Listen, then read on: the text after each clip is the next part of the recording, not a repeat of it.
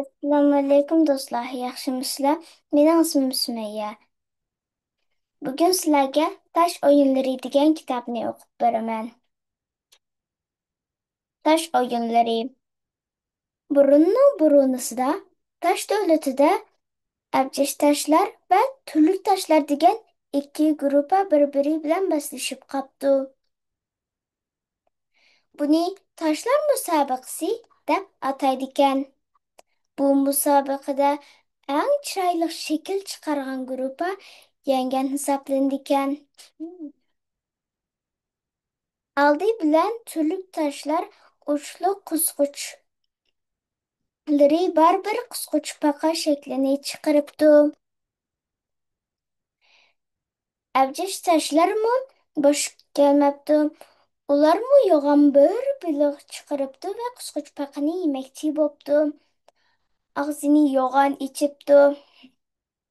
Qisquchpaqa qo'rqib qochibdi. Buni ko'rgan turli toshlar go'shxo'r qush shakliga kiribdi-da, tirnoqlarini chiqarib, baliqni tutib uchib ketmoqchi bo'pti. Abjish toshlar darhol bir tosh odam shakliga kiribdi-da, qo'llarini uzatib qushni tutib olmoqchi bo'pti. Turli toshlar bu qatim kichik bir bolaning shakliga kirib, o'rindiqning ustiga chiqib, tosh odamning knopkasini bir bosibla uni to'xtatib qo'yibdi.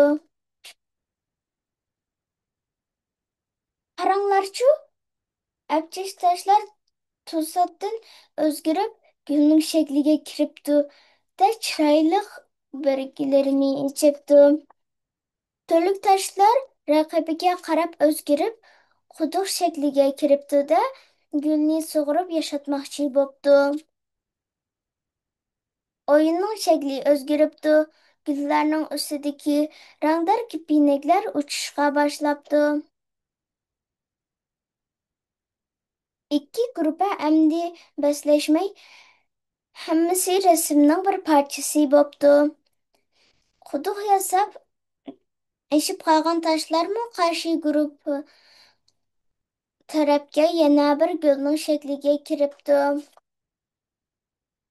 Shundoq qilib, turli toshlar bilan abjish toshlar bir-biriga aralashib ketibdi. Qaysi toshning qaysi guruhiga tava ekanligini bilgili bo'lmaydi ekan. Hammasi birlashib, gul va kipinik shakli ketishga boshlabdi. Bu hikoyani anglagan bolalar, bu o'yinda kim o'tib chiqqandi? Xo'sh,